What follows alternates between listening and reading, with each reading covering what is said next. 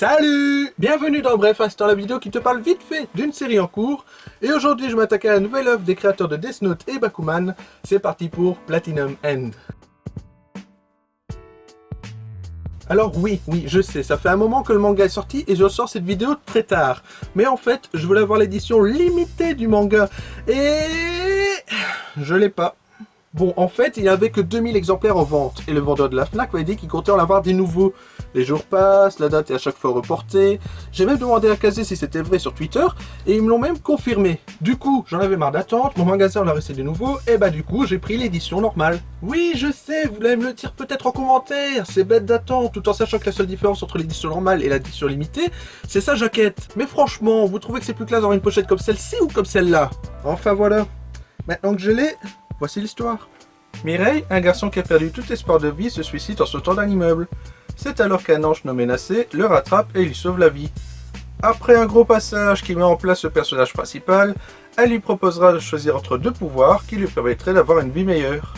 Et il choisira donc ce qu'il choisira. Je vais pas non plus tout vous raconter, hein. Mais je vais quand même aller un petit peu plus loin pour que vous puissiez bien voir l'histoire du manga. Sans le savoir, en acceptant le pouvoir, Mireille fait désormais partie d'une compétition. Dieu est en train de mourir, et pour choisir son successeur, il envoie 13 anges pour choisir un humain, qui serait candidat pour prendre sa place. Et pour se départager, ils devront s'affronter à l'aide de leur pouvoir. Après avoir lu ça, je dois l'avouer, ça m'a énormément fait penser à Mirai Nikki, puisque l'histoire avec le dieu, c'est exactement la même chose. Cependant, tout le reste est différent. Ici, c'est un ange qui choisit une personne et il restera à ses côtés. De plus, les pouvoirs sont plus ou moins pareils entre les différents candidats. Et on parle beaucoup de bonheur, du but dans la vie, bref, tout un tas de choses que Mirai Nikki ne parle pas. Alors oui, Platinum End ressemble, d'après ce premier tome, beaucoup à Mirai Nikki, mais ça, je suis sûr que c'est juste une impression. Et tout comme Cabaneri no Iron Fortress avait au départ pas mal de points communs avec l'attaque des titans, je suis sûr que cette série va partir vers une toute autre direction. Sinon, côté manga, il est vraiment très classe. La jaquette a même des reflets assez beaux quand elle bouge à la lumière.